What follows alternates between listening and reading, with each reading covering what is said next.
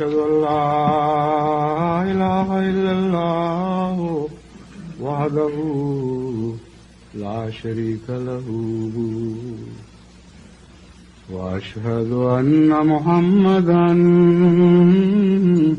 عبده ورسوله أما بعد فأعوذ بالله من الشيطان الرجيم بسم الله الرحمن الرحيم الحمد لله رب العالمين الرحمن الرحيم مالك يوم الدين إياك نعبد وإياك نستعين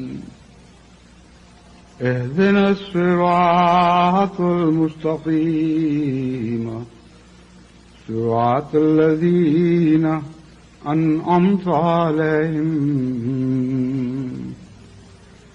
غير المغضوب عليهم ولا الضالين.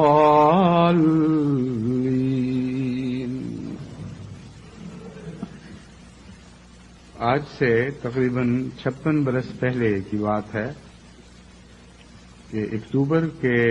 مہینے کے آخر پہ حضرت اقدس مسلح موعود رضی اللہ تعالیٰ عنہ نے پہلی بار تحریک جدید کا اعلان فرمایا. 19 اکتوبر کے خطبے میں آپ نے ذکر فرمایا کہ یہاں ایک بہت بڑی احرار کانفرنس ہونے والی ہے. یہ احرار کانفرنس اس غرض سے قادیان میں منعقد کی جا رہی تھی کہ ایسے منصوبے بنائے جائیں کہ قادیان سے ہی سے نہیں تمام دنیا سے یا تمام دنیا ہی سے نہیں قادیان سے بھی جماعت احمدیہ کو یکسر مٹا دیا جائے اور حضرت اقدس مسیح موعود علیہ الصلوۃ والسلام کا دنیا بھر میں کوئی بھی نام لیوا نہ رہے. اور اسی قسم کے بلند بانگ دعوی اس کانفرنس میں کیے گئے اور یہ اعلان کیے گئے کہ ہم اس بستی قادیان کی اینٹ سے اینٹ بجا دیں گے اور احمدیت کا نام و نشان دنیا سے اس طرح محو ہو جائے گا کہ اگلی نسل تک کسی کو یاد بھی نہیں رہے گا کہ احمدیت نام کی کوئی چیز تھی بھی کہ نہیں. آپ نے فرمایا کہ یہ کانفرنس 2 دن تک شروع ہونے والی ہے یعنی 21 تاریخ کو اور میں اس کانفرنس کے بعد ایک تحریک کا اعلان کروں گا جو اپنے نتائج کے لحاظ سے اور اپنے اثرات کے لحاظ سے بہت ہی عظیم الشان اور بہت دور رس نتائج کی حامل تحریک ہوگی. مگر ذہنی طور پر میں جماعت کو تیار کرنا چاہتا ہوں کہ وہ تحریک بہت سے قربانیوں کے مطالبات کی تحریک ہے. جس حد تک قربانیوں کے مطالبات میں تم لوگ لبیک کہو گے اسی حد تک اللہ تعالیٰ کی طرف سے بے شمار افضال نازل ہوں گے. بس اکتوبر کے آخر پر یا 26 اکتوبر کے خطبہ جمعہ میں یا اس کے بعد 2 نومبر کے خطبہ جمعہ میں آپ نے باقاعدہ تحریک جدید کا اعلان فرمایا. آج یہ حسن اتفاق ہے کہ ہمارے ان سال کے جمعے بھی انہی تاریخوں میں واقع ہو رہے ہیں جن تاریخوں میں 1934 کے جمعے واقع ہوئے تھے. بس اگر وہ اعلان 2 نومبر کو تھا تو آج 2 نومبر ہے اور 2 نومبر ہی کو میں اس پہلی تحریک کی یاد جماعت کو دلانا چاہتا ہوں. وہ بہت ہی ابتدا کے غربت کے دن تھے جبکہ جماعت احمدیہ کو سوائے چند دوسرے ملکوں کے دنیا میں کہیں بھی کوئی نفوذ نہیں تھا. اس وقت تمام دنیا میں جو چھوٹی چھوٹی بیرونی جماعتیں ابھی قائم ہوئی تھیں ان میں ایک انگلستان تھا جہاں مشن قائم ہو چکا تھا. یہ مسجد جس میں میں آج یہ خطبہ دے رہا ہوں اس کی تعمیر ہو چکی تھی، اور اس کے علاوہ مشرقی افریقہ میں کینیا، دارالسلام، ٹانگانیکا وغیرہ میں پاکستان سے یا ہندوستان سے گئے ہوئے صحابہ نے جماعتیں قائم کی تھیں، اور دیگر مخلصین نے، کچھ مقامی افراد بھی ہوئے لیکن بہت کم، محدود چند۔ اسی طرح سری لنکا میں بھی خدا کے فضل سے جماعت قائم ہو چکی تھی، انڈونیشیا میں بھی جماعت قائم ہو چکی تھی، اور عرب ممالک میں سے عدن میں جماعت قائم تھی، اور ایک دو اور مقامات پر۔ تو کل تعداد جہاں تک میں نے نظر دوڑائی ہے اس وقت 12 تھی، اور تحریک جدید کے مطالبات کو جماعت نے اس اخلاص کے ساتھ، اس قدر غیر معمولی جوش و خروش کے ساتھ قبول کیا، اور وفا سے ان پر ایک لمبے عرصے تک قائم رہے، کہ یہ آج انہی اولین مجاہدین کی قربانیوں کا پھل ہے جو ہم کھا رہے ہیں، اور یہ وہی تحریک ہے جو اب بڑھ کر ایک عظیم تناور درخت بن چکی ہے، اور دنیا کے 124 ممالک تک اس کی شاخیں پھیل چکی ہیں، اور تنے بھی لگ چکے ہیں، یعنی جڑیں بھی قائم ہو چکی ہیں۔ صرف یہی نہیں کہ باہر کے ملکوں سے ایک تناور درخت کے سائے ہیں جو پھیل رہے ہیں، بلکہ جہاں جہاں بھی یہ درخت یا اس کی شاخیں پہنچتی ہیں وہاں نئی جڑیں قائم ہوتی ہیں، اور برگد کے درخت کا سا حال ہے جو اگر اسی طرح مسلسل چلتا رہے تو کہتے ہیں کہ کبھی مر ہی نہیں سکتا، کیونکہ وہ جوں جوں بڑا ہوتا چلا جاتا ہے اس کی شاخیں پھیلتی ہیں، ان شاخوں میں سے پھر ایسی باریک رگیں سی اترتی ہیں جو ٹیوبز کی طرح زمین کی طرف بڑھتی ہیں، اور زمین تک پہنچ کر پھر وہ جڑیں خود پیدا کرتی ہیں، اور جب جڑیں قائم ہو جاتی ہیں تو وہی باریک سی رگ جو پہلے ایک کونپل کی طرف پھوٹتی ہے معمولی سی، وہ ایک بہت مضبوط تنا بن جاتی ہے، اور پھر اس سے مزید برگد کا درخت اور پھیلنے لگتا ہے۔ بس الہی جماعتوں کی دنیا میں نشر و اشاعت کا اسی قسم کا ایسی مثال ہوا کرتی ہے۔ اولین دور میں اسلام بھی اسی طرح دنیا میں پھیلا تھا، اور اس آخرین دور میں بھی اسلام کا احیاء نو جو جماعت احمدیہ کے ذریعے ہو رہا ہے وہ اسی طریق پر ہو رہا ہے۔ بس اس گزشتہ 56 سال کے عرصے میں خدا تعالی کے فضل سے وہ چند جماعتیں جو محدود چند ہی نہیں تھیں بلکہ اپنی قوت اور کمیت اور کیفیت کے لحاظ سے بھی بہت کمزور تھیں، خدا تعالی کے فضل سے 124 ممالک میں پھیل گئیں، اور ہر جگہ جڑیں قائم کیں، اور سب جڑیں زمین میں خوب گہری پیوستہ ہو گئیں، اور ان کے تنے اب بلند ہو رہے ہیں، اور بعید نہیں کہ وہ بھی آئندہ چند سالوں میں آسمان سے باتیں کرنے لگیں۔ جہاں تک مشنز کا تعلق ہے، اس وقت دنیا بھر میں تبلیغی مشن جن میں باقاعدہ احمدی مبلغین کام کر رہے تھے اور تبلیغی مراکز تھے 6 تھے، اور آج ان کی تعداد 301 تک پہنچ چکی ہے۔ جہاں تک چندوں کا تعلق ہے، حضرت مسلم ماؤد نے پہلی تحریک 27,500 کی، اور اس زمانے کے لحاظ سے جماعت اتنی غریب تھی کہ 27,500 ہندوستانی روپیہ ایک بہت بڑی تحریک معلوم ہوئی، اور بہت سے سننے والے خوفزدہ تھے کہ کس طرح یہ تحریک پوری ہوگی، کس طرح جماعت اس پر لبیک کہہ سکے گی۔ لیکن اس قدر عشق اور والہانہ جذبے کے ساتھ جماعت نے اس تحریک پر لبیک کہی کہ جنوری کے خطبے میں حضرت مسلم ماؤد نے فرمایا کہ میں نے 27,500 کی تحریک کی تھی، اور اللہ پر توکل کرتے ہوئے امید تھی کہ اتنا روپیہ پورا ہو جائے گا،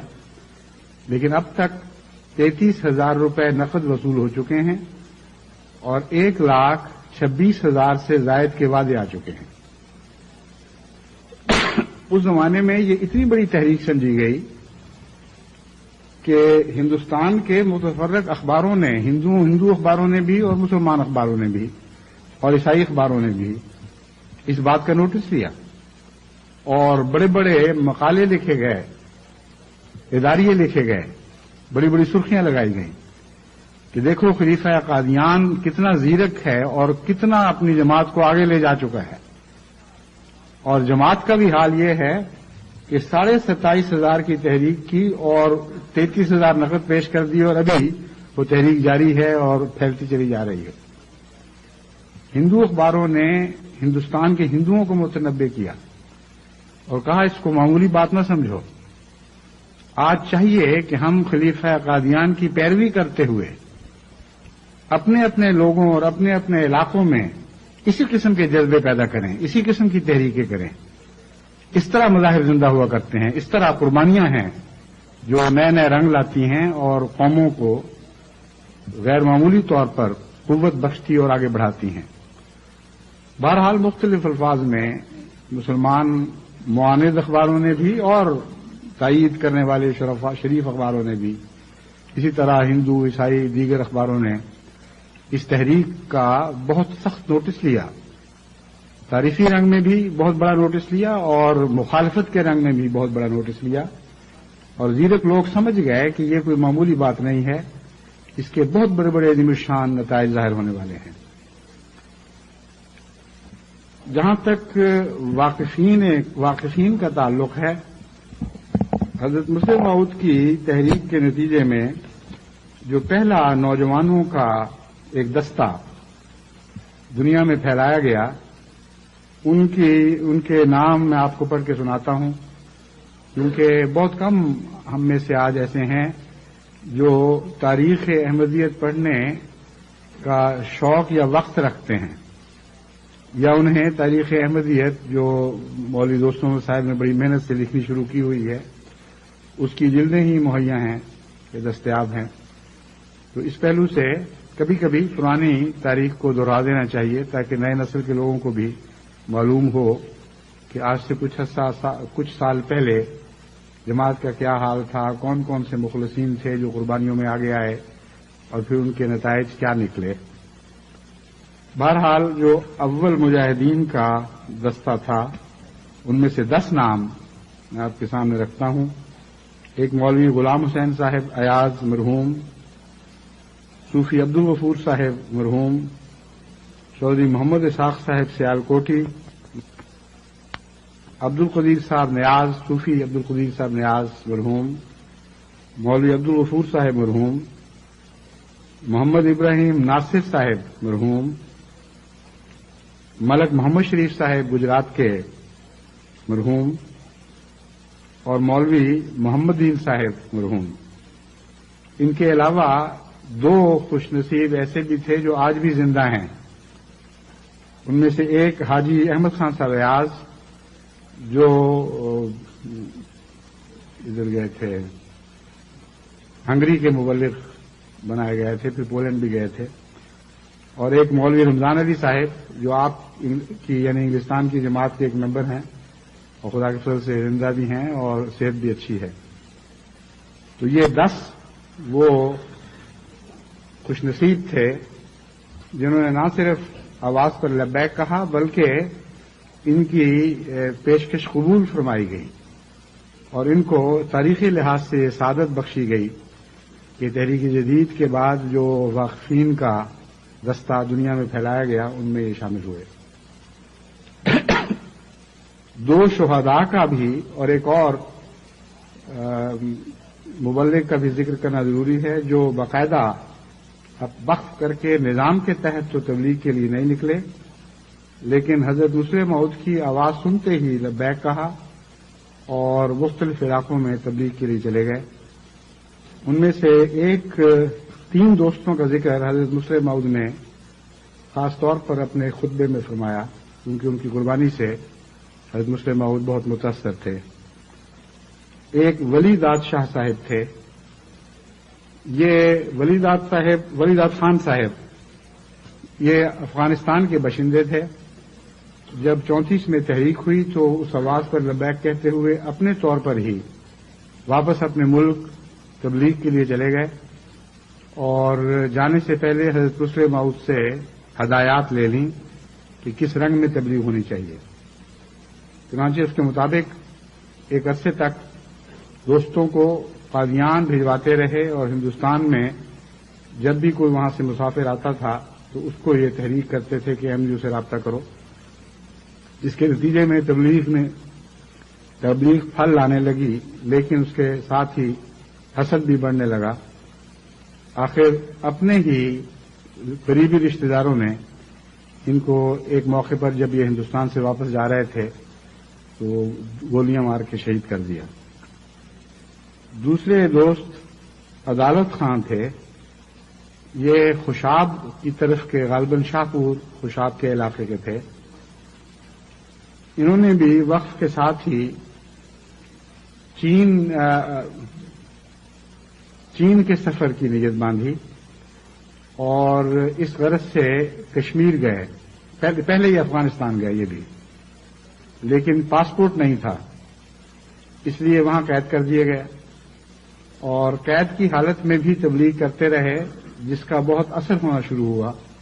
چنانچہ حکومت افغانستان نے ان کو پھر ملک بدر کر کے واپس ہندوستان بھجوا دیا۔ واپس آ کر حضرت مسلم موعود کی خدمت میں رپورٹ پیش کی اور کہا کہ اب میں چین کے ارادے سے جاتا ہوں۔ چنانچہ دوسری مرتبہ پھر چین کے ارادے سے نکلے تو اپنے ساتھ ایک دوست محمد رفیق صاحب کو بھی لے گئے، ایک اور نوجوان تھے۔ کشمیر میں ان کو نمونیا ہو گیا اور اس نمونیا کی حالت میں جب دیکھا کہ اب آخری سانس ہیں، وقت قریب آ گیا ہے، تو حضرت مسلم موعود ان کے اخلاص کا اور ایمان کا یہ واقعہ بیان کرتے ہیں کہ اس وقت اور کوئی علاج میسر نہیں تھا اور موت سر پہ کھڑی تھی، تو انہوں نے اپنے ساتھیوں سے کہا کہ جلدی جاؤ اور کسی غیر احمدی کو میرے ساتھ مباہلے پر آمادہ کرو، میرے بچنے کی اس کے سوا کوئی صورت نہیں۔ اگر کوئی غیر احمدی اس وقت جبکہ میں جان کنی کی حالت میں ہوں گا مجھ سے مباہلہ کر لے گا تو خدا ضرور مجھے بچا دے گا احمدیت کی صداقت کی خاطر۔ چنانچہ وہ بعد نکلے، لیکن افسوس کہ جب خدا کی تقدیر آ چکی ہو تو پھر کوئی ترکیب کارگر نہیں جاتی۔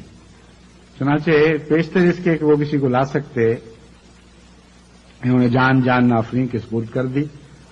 اور حضرت مسلم موعود نے ان کو بھی شہدائے احمدیت میں شمار کیا ہے، کیونکہ تبلیغی سفر کے لیے نکلے تھے اور جس شان سے جان دی ہے، جس اخلاص کے ساتھ جان دی ہے، اس سے یقیناً ان کا مقام شہداء سے کم شمار نہیں ہو سکتا۔ محمد رفیق صاحب جو ان کے ساتھی تھے، ان کے متعلق حضرت مسلم موعود فرماتے ہیں کہ خدا تعالیٰ نے ان کے اس جذبے کو ہی قبول کر لیا اور شاید اسی لیے ان کو یہ تحریک ہوئی کہ یہ اپنے ساتھ ایک محمد رفیق کو لے جائیں۔ چنانچہ محمد رفیق صاحب کو موقع ملا اور وہ کاشغر پہنچ گئے اور کاشغر میں جا کے انہوں نے تبلیغ کی اور اسی تبلیغ کے نتیجے میں حاجی جنود اللہ صاحب احمدی ہوئے اور ان کا پھر ان کے خاندان کے دوسرے دوست بھی، ان کے بڑے بھائی بھی اور باقی افراد خانہ بھی کچھ احمدی ہوئے، والدہ بھی احمدی ہوئیں اور وہ لوگ پھر ہجرت کر کے قادیان آ گئے۔ یہ حاجی جنود اللہ صاحب ہمارے اپنے ہی خاندان میں بیاہے گئے ہیں، میری والدہ کی طرف سے، اور میرے خالزاد بھائی نہیں، یہ نہیں ہمارے خاندان میں بیاہے گئے، ان کی ہمشیرہ ہمارے خاندان میں بیاہی گئیں، بھابھی فرخ ہم ان کو کہا کرتے تھے۔ یہ سید بشیر شاہ صاحب جو میرے خالزاد بھائی تھے اور دواخانہ خدمت خلق کے ایک لمبا عرصہ تک کارکن انچارج رہے ہیں، ان کے ساتھ ان کا رشتہ طے ہوا اور ان کی اولاد میں سے 2 یہاں انگلستان میں تھے، اب ایک کینیڈا جا چکے ہیں اور ایک جاپان میں ہیں۔ بہرحال دنیا میں خدا کے فضل سے ان کی اولاد، بھائی فاروق کی اولاد تو اب قریباً ساری کینیڈا میں ہے، سوائے ایک بچی کے جو یمن میں بیاہی گئی ہے اور ایک بچی جو ابھی پاکستان میں ہے۔ لیکن حاجی جنود اللہ صاحب کی اولاد میں سے 2 یہاں بچے آپ کے انگلستان کی جماعت کے ممبر رہے ہیں، ایک تو کینیڈا جا چکے ہیں اور ایک یہیں ہیں ابھی، اور عنقریب ان کی شادی بھی ہونے والی ہے۔ باقی بچے ان کے کینیڈا میں ہی ہیں۔ تو اس طرح یہ خاندان بھی خدا کے فضل سے مختلف دنیا کی جگہوں میں پھیل گیا. ایک بچہ جاپان میں ہے اور یہ جو مختلف جگہ ان کے بوٹے لگے ہیں اس کا خدا تعالیٰ کے فضل سے سہرا عدالت خان صاحب کے سر پر ہے،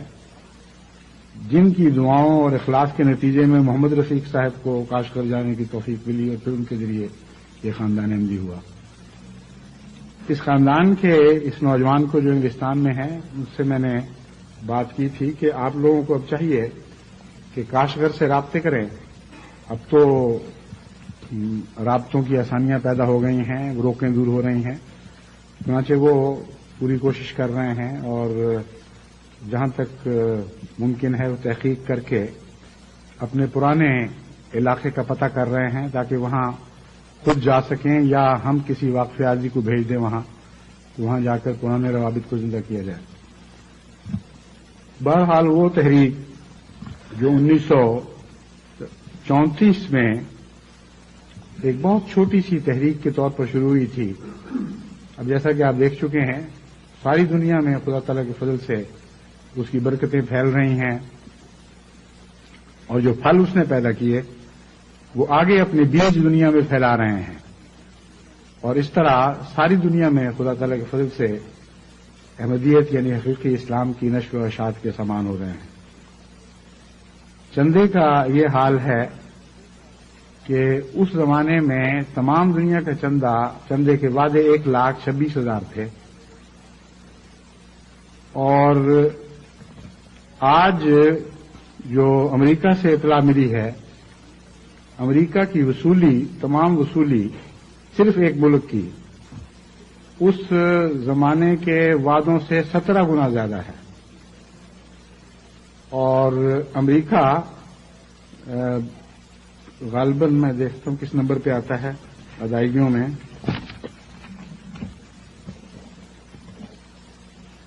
ہاں، امریکہ کا نمبر 4 ہے ادائیگی کے لحاظ سے. تو 4 نمبر کی ادائیگی کا ملک جو ہے وہ اس زمانے کے تمام دنیا کے ممالک کے چندوں کے مقابلے پر 17 گنا زیادہ چندہ دے رہا ہے آج. اس سے آپ اندازہ کریں کہ ان چندوں میں کتنی برکت پڑی. لیکن چندوں میں جب ہم برکت کی بات کرتے ہیں تو دراصل یہ چندے اخلاص کا پیمانہ ہے. اموال کے کم اور زیادہ ہونے کی بحث نہیں ہے.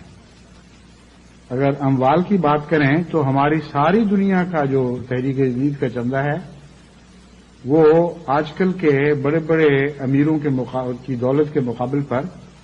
ایک قطرے کی بھی حیثیت نہیں رکھتا. اتنے بڑے بڑے اکیلے عمراء واحد عمراء دنیا میں موجود ہیں جن کی دولت جماعت احمدیہ کی مجموعی دولت کے لگ بھگ ہوگی. اس لیے جب میں چندوں میں برکت کی بات کرتا ہوں تو ہرگز یہ مراد نہیں کہ ہمارے پاس غیر معمولی طور پر دولت اکٹھی ہو گئی ہے. مراد یہ ہے کہ اللہ تعالیٰ نے اخلاص میں بہت برکت دی. جماعت قلیل تعداد ہونے کے باوجود، غریب ہونے کے باوجود مالی قربانیوں میں آگے بڑھتی گئی ہے اور تھک کر پیچھے نہیں ہٹی. اب 56 سال کا عرصہ ہو گیا اس تحریک کو،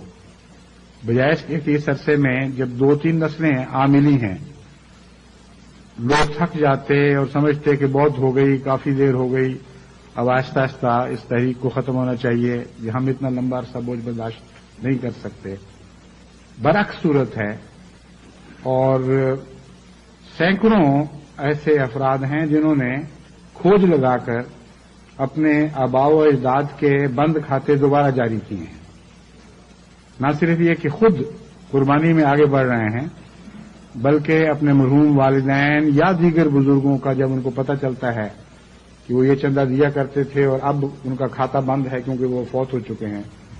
تو پھر وہ ان کی طرف سے وہ چندے جاری کرتے ہیں. بعض لوگوں نے مجھے یہ بھی لکھا کہ میرا کوئی بزرگ ایسا نہیں جس کا چندہ ہو مجھے معلوم ہو، لیکن میری بھی خواہش ہے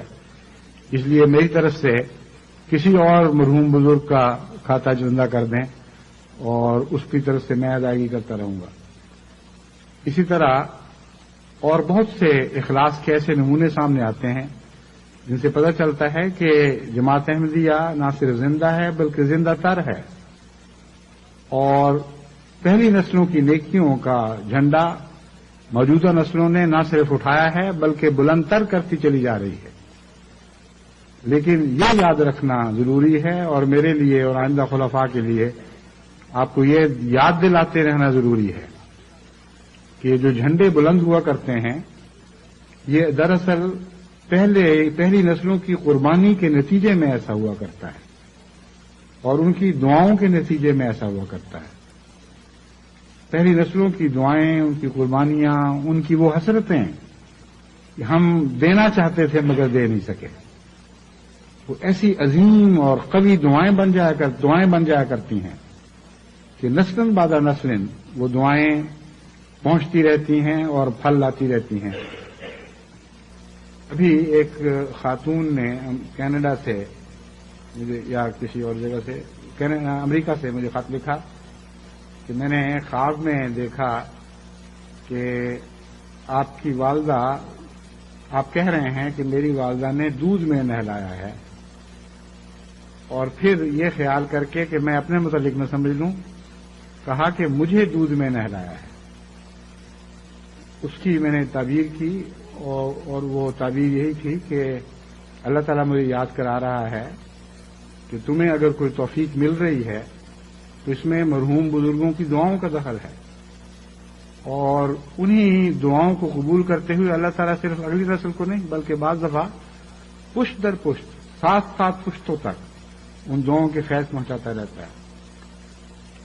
یہ میں آپ کو اس لیے یاد کراتا ہوں کہ ان بزرگوں کو اپنی دعاؤں میں یاد رکھیں۔ جب ہم بہت ہی عظیم قربانیاں کر رہے ہوں تو ہمارے اندر یہ تکبر نہیں پیدا ہونا چاہیے کہ ہم بہت بڑے ہو گئے ہیں، بلکہ ان قربانیوں کے نتیجے میں یہ پھل لگ رہے ہیں جو اس وقت بہت چھوٹی دکھائی دیتی تھی، لیکن اپنی قوت کے لحاظ سے، اندرونی قوت کے لحاظ سے وہ خدا تعالیٰ کے فضل سے بہت ہی بڑی اور عظیم قربانیاں تھیں۔ حضرت مسلم موعود نے بارہا خطبات میں ان ابتدائی قربانی کرنے والوں کے ذکر کیے ہیں جن کے پاس کچھ نہیں ہوتا تھا تو وہ اپنی کوئی چیز اٹھا لایا کرتے تھے، کوئی کپڑا اٹھا لائے، کوئی بکری لے آئی عورت بیچاری، کسی کے پاس اور کچھ نہیں تھا تو گھر کا ایک برتن اٹھا لائے کہ یہی کچھ ہے میرے پاس اور کچھ نہیں ہے، اسی کو قبول فرمائیں۔ اس زمانے میں حضرت مسلم موعود نے پتہ نہیں قبول فرمایا یا کس طرح مزیداری کی، مگر میں آپ کو یقین دلاتا ہوں آسمان کے خدا نے اس قربانیوں کو ضرور قبول فرمایا، اور آج جو ساری دنیا میں جماعت احمدیہ کے مرد اور عورتیں اور بچے دینی قربانیوں میں آگے بڑھتے چلے جا رہے ہیں، تو میرا تو یہ کامل یقین ہے کہ اس میں ان ابتدائی قربانی کرنے والوں کی قربانیوں کو بھی دخل ہے، اور ان قربانی نہ کر سکنے والوں کی حسرتوں کا بھی دخل ہے۔ حسرتوں کو بھی خدا قبول فرماتا ہے۔ چنانچہ دیکھیں قرآن کریم میں ان صحابہ کا ذکر بھی موجود ہے، اور کتنے پیار سے موجود ہے، جن کے متعلق اللہ تعالیٰ فرماتا ہے کہ وہ حضور صلی اللہ علیہ وسلم محمد مصطفیٰ کی خدمت میں حاضر ہوئے اور اپنے آپ کو جہاد کے لیے پیش کیا، مگر رسول اللہ صلی اللہ علیہ وآلہ وسلم نے فرمایا کہ میرے پاس کوئی چیز نہیں ہے، کوئی سواری نہیں ہے جس پر میں تمہیں میدان جہاد تک پہنچا سکوں۔ اس پر وہ اس حال میں واپس مڑے کہ ان کی آنکھوں سے آنسو بہہ رہے تھے کہ ہمارے پاس کچھ بھی نہیں ہے، ہم جان بھی اپنی پیش نہیں کر سکتے۔ اب دیکھیں یہ حسرت بھی تھی، لیکن قربانی کرنے والوں کا اس شان کا ذکر آپ کو قرآن کریم میں اور نظر نہیں آئے گا جیسا ان حسرتوں کا ذکر فرمایا گیا ہے۔ بس ہماری آج کی ترقیات میں جو ہم 56 سال کے بعد خدا تعالیٰ کے فضل سے دنیا بھر میں دیکھ رہے ہیں، اور جماعت احمدیہ ایک عظیم الشان درخت ہی نہیں بلکہ بے شمار عظیم الشان درختوں میں تبدیل ہوتی چلی جا رہی ہے، تو یاد رکھیں ان میں اول نسل کے اولین احمدیوں کا حضرت مسیح موعود علیہ السلام کے زمانے سے لے کر آج تک ان سب احمدیوں کی قربانیوں کا دخل ہے، جو قربانیاں پیش کر سکے یا قربانیاں پیش کرنے کی حسرتیں لے کر اس دنیا سے رخصت ہوئے. بس ان سب کے لیے ہمیں دعائیں کرنی چاہیے اور ان کی دعاؤں کے طفیل کی برکت کو محسوس کرتے ہوئے اگر ہم ان کے لیے دعائیں کریں گے تو میں آپ کو یقین دلاتا ہوں کہ اگلی نسلیں آپ کو دعاؤں میں یاد رکھیں گی.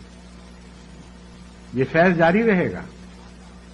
جو بیج آج آپ بوئیں گے وہ کل کے درخت بننے والے ہیں،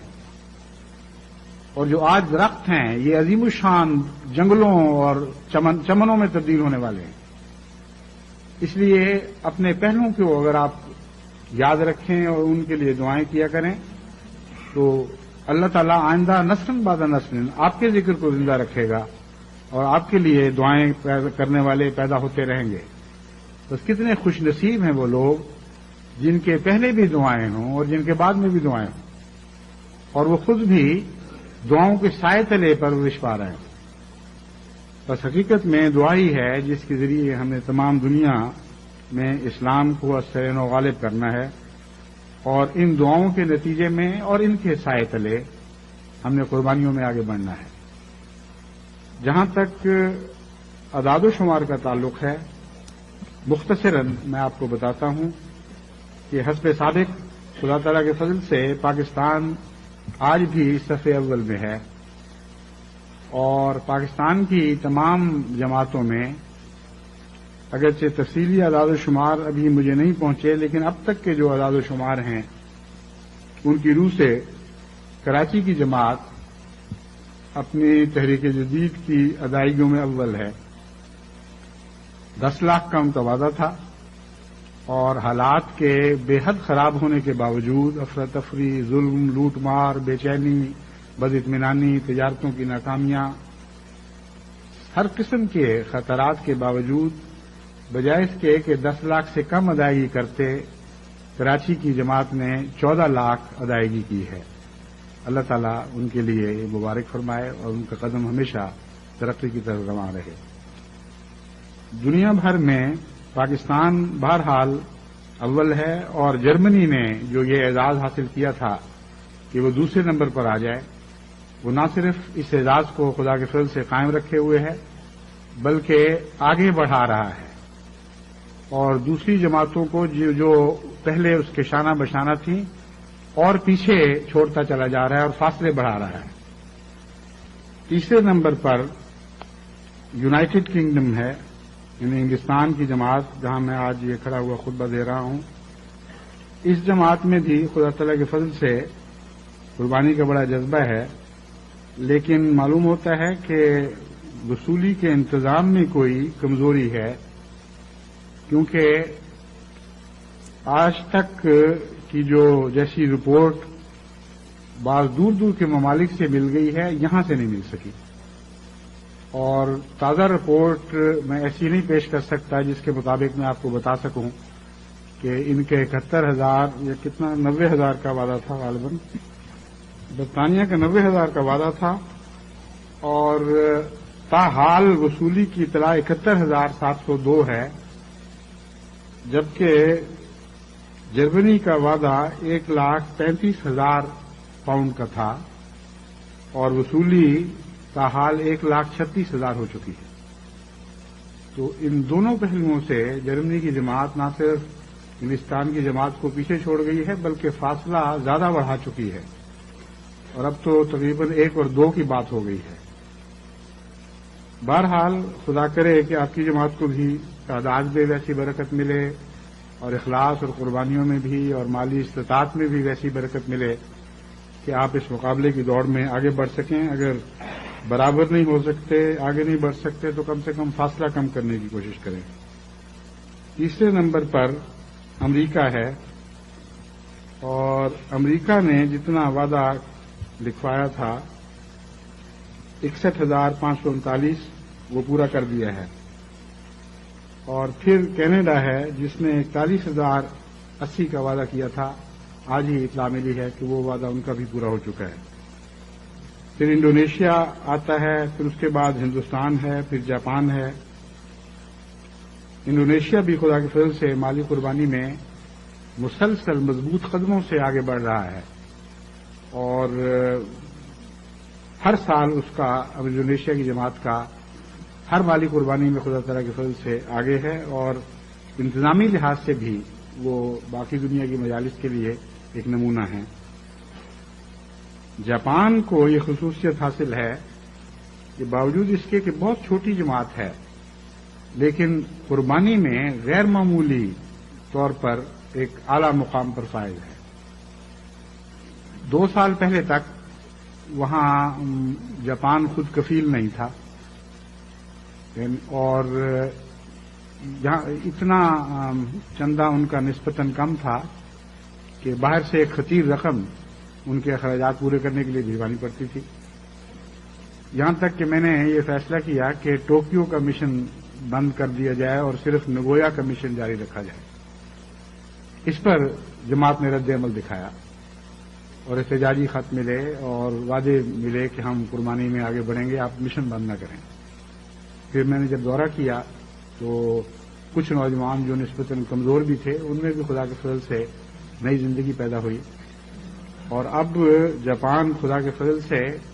خود کفیل ہے دونوں جگہ کے مشنوں میں، اور اس کے علاوہ اور کئی قسم کی قربانیوں میں بھی آگے بڑھ رہا ہے۔ تحریک جدید کے لحاظ سے جاپان کی چھوٹی سی جماعت کا چندہ 10,000 پاؤنڈ سے آگے بڑھ چکا ہے، اور تمام دنیا میں فی کس چندہ دہندہ کے لحاظ سے یہ دنیا کی ہر دوسری جماعت سے آگے ہو گئی ہے۔ بس اس پہلو سے جماعت جاپان بھی خاص قربانی کے لحاظ سے ذکر کے لائق ہے اور دعا میں یاد رکھنے کے لائق ہے۔ مجموعی چندوں کا جہاں تک موازنہ ہے، 88 یعنی ہمارے پچھلے سال سے جو موازنہ ہے وہ یہ ہے کہ 88-89 میں دنیا بھر کی جماعتوں کی طرف سے 5,21,730 پاؤنڈ کے وعدے تھے، اور وصولی 5,90,836 یعنی 69,106 اضافہ کے ساتھ وصولی ہوئی، اور 89-90 میں یعنی جو سال چند دن ہوئے اختتام پذیر ہوا، 2-3 دن پہلے، اس میں وعدے تھے 5,96,822 اور وصولی ہوئی 6,72,280، یعنی خدا تعالیٰ کے فضل سے سال گزشتہ کے مقابل پر وعدوں کے مقابل پر 75,458 وصولی زیادہ ہوئی۔ اور جہاں تک فیصد اضافے کا تعلق ہے، گزشتہ سال کے مقابل پر یہ جو سال پیچھے گزرا ہے، اس سے پہلے سال کے مقابل پر اس گزرے ہوئے سال میں 12.09% آمد میں اضافہ ہوا۔ افریقن ممالک میں موریشس صفحے اول میں ہے، صفحے اول میں بھی ہے، اور افریقہ میں پہلا بھی ہے خدا کے فضل سے، اور موریشس کی جماعت بھی اپنے نظم و ضبط کے لحاظ سے، باقاعدگی کے لحاظ سے اور قربانیوں میں دن بدن آگے بڑھنے کے لحاظ سے ایک بہت ہی اچھی مثالی جماعت ہے۔ مشرق بعید کے ممالک کے اعتبار سے ترتیب یوں بنتی ہے کہ انڈونیشیا اول، جاپان دوم، فجی سوم اور آسٹریلیا، نیوزی لینڈ ان کے بعد آتے ہیں۔ افریقہ میں رپورٹیں پوری نہیں آئیں، لیکن جو آئی ہیں ان کے لحاظ سے موریشس پہلے، پھر نائجیریا، پھر گیمبیا، پھر کینیا، پھر بنین، پھر یوگنڈا، اور بعض بڑے بڑے ممالک گانا اور سیرالیون وغیرہ کی چونکہ رپورٹیں شامل نہیں، اس لیے ان کا موازنہ پیش نہیں کیا جا سکتا۔ یورپ میں خدا تعالیٰ کے فضل سے جرمنی اول ہے، یو کے دوم، اور ناروے اس کے بعد، پھر ڈنمارک، پھر ہالینڈ، پھر سویڈن، پھر سوئٹزرلینڈ، پھر اسپین، پھر بیلجیم، پھر پرتگال۔ آج میں تحریک جدید کے 57ویں سال کا اعلان کرتا ہوں، کہ آغاز کا اعلان کرتا ہوں، اور میں امید رکھتا ہوں کہ جو عظیم الشان نیکی کی روایات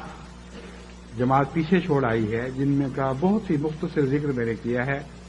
ان روایات کو قائم رکھتے ہوئے تمام دنیا کی جماعتیں ان سال بھی قربانی کے ہر میدان میں آگے بڑھنے کی کوشش کریں گی۔ اللہ تعالی ہمیں اس کی توفیق عطا فرمائے۔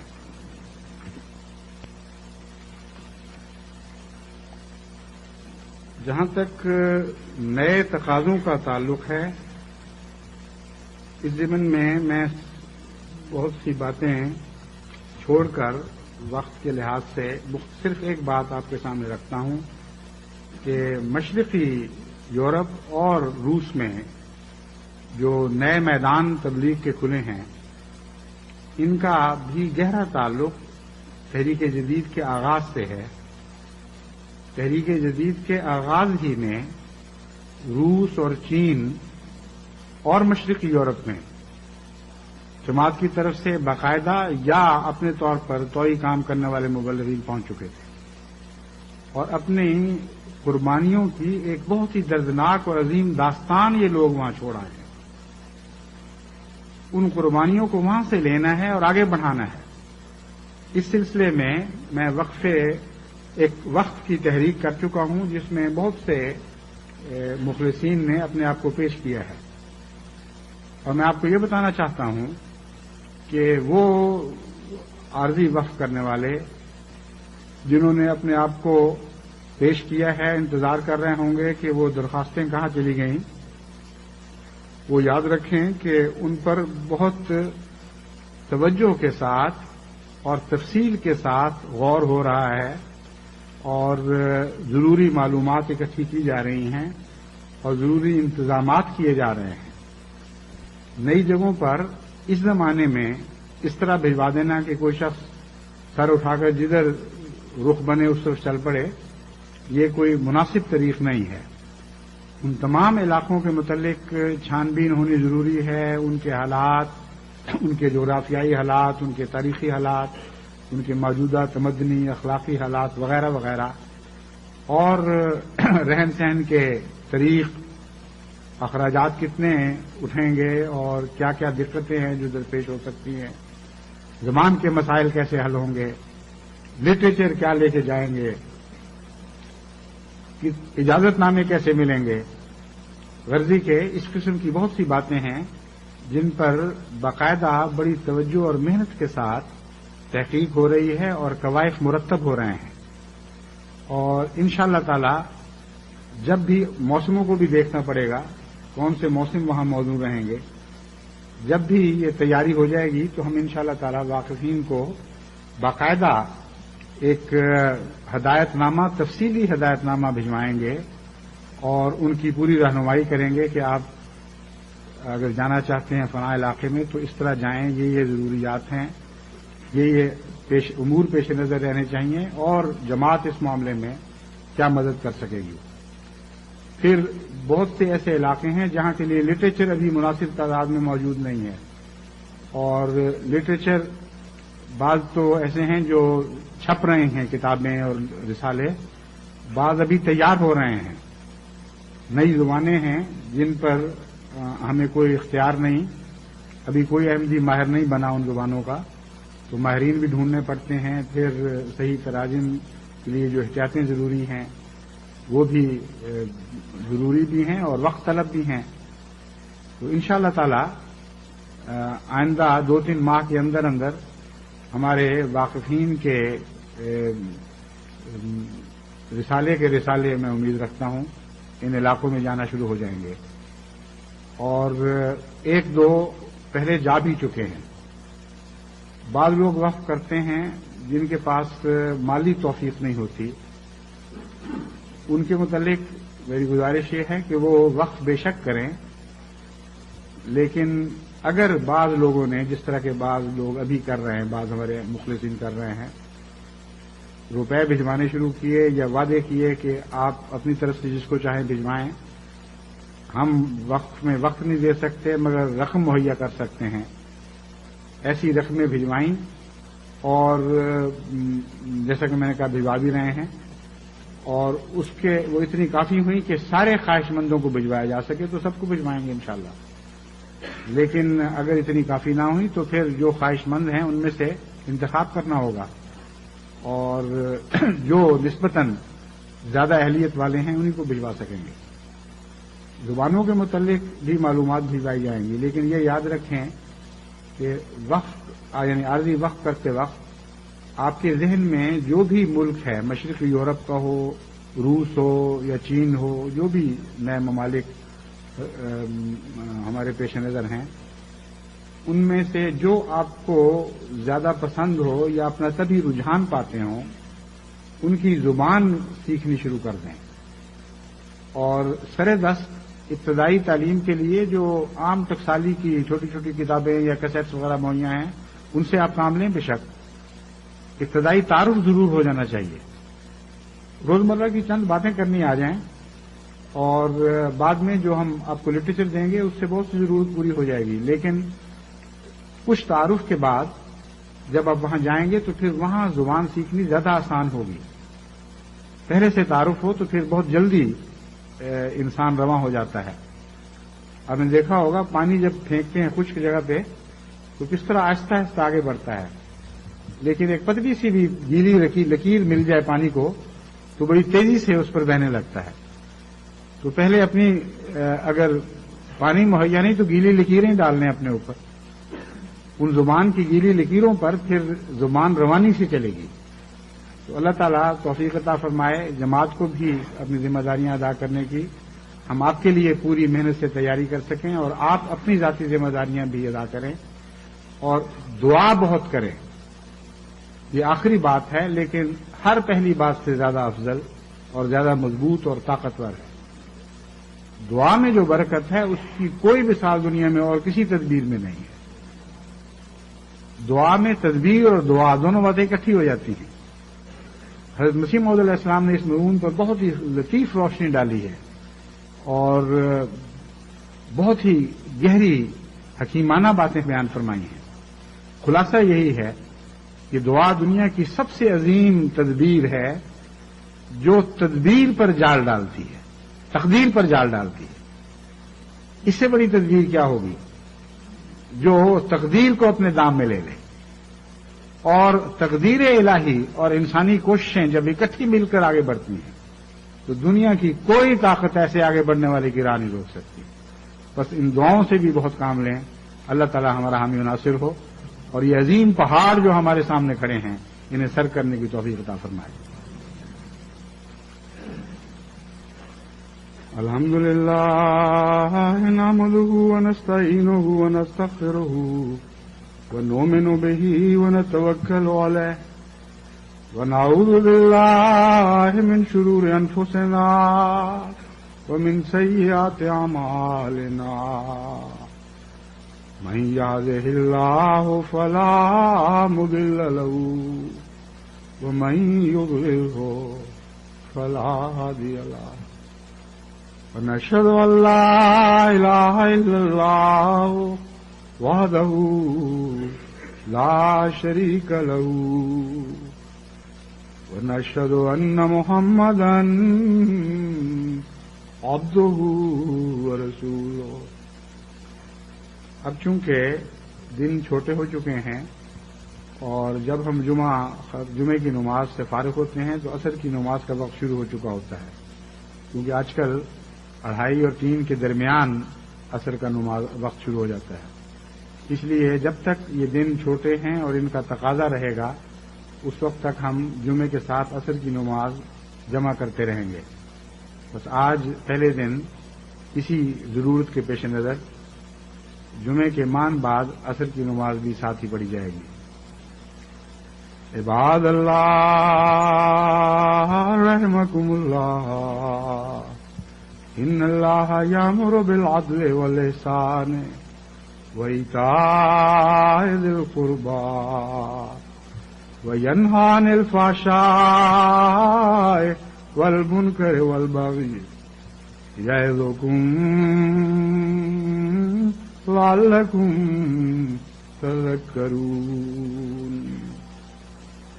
اذکروا اللہ یذکرکم وادعوه يستجب لكم ولذكر الله أكبر